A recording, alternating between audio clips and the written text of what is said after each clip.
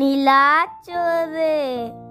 வணக்கம் மக்களே, இந்த வீடியோவில் பலாக்கொட்டை பிரியாணி எப்படி செய்கிறதுன்னு பார்க்கலாம் வாங்க. பலாப்பழம்னாலே பன்ருட்டி பலாப்பழம் தாங்க. அதுவும் வெளி மாநிலத்தில் இருக்கும்போது பன்ருட்டி பலாப்பழம் கிடச்சா சொல்லவா வேணும். பழத்தோட சுவை வேறு லெவலுங்க. பலாப்பழ சீட்ஸை இந்த மாதிரி காய வச்சு எடுத்துட்டிங்கன்னா தோலை உரிக்கிறதுக்கு கொஞ்சம் ஈஸியாக இருக்கும். ஒரு 15 பலாப்பழ சீட்ஸை தோலை உரித்து இந்த மாதிரி பாதியாக கட் பண்ணி வச்சுக்கோங்க.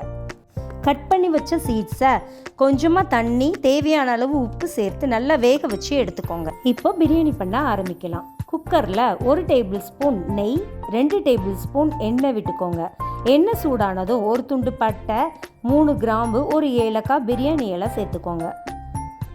3 பெரிய வெங்காயத்தை சின்னதாக ஸ்லைஸ் பண்ணி அதையும் சேர்த்து நல்லா வதக்கிக்கோங்க.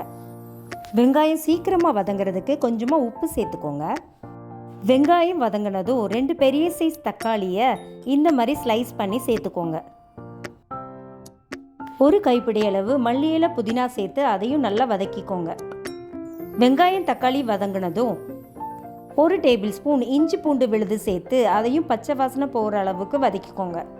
இனி மசாலா சேர்த்துடலாம். 1/4 டீஸ்பூன் மஞ்சள் தூள், 1 table spoon biryani masala, 1/2 teaspoon வரமிளகாத்தூள் எல்லாத்தையும் நல்லா சேர்த்து கலந்து விடுங்க. இனி வேக வச்ச பலாப்பழ சீட்ஸை சேர்த்துக்கோங்க.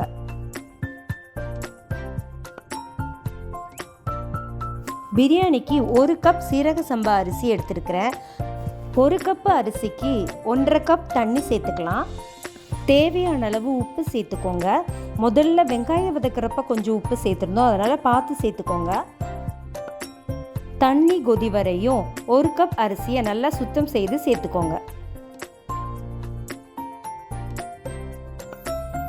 ஃபைனலாக ஒரு 1/2 எலுமிச்சம்பழத்தை பிழிஞ்சு விட்டுக்கோங்க.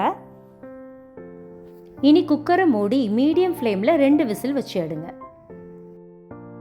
மணமணக்க சுவையான பலாக்கொட்டை biryani ready. Like, share and subscribe நிலாச்சோறு சேனல். தேங்க்யூ.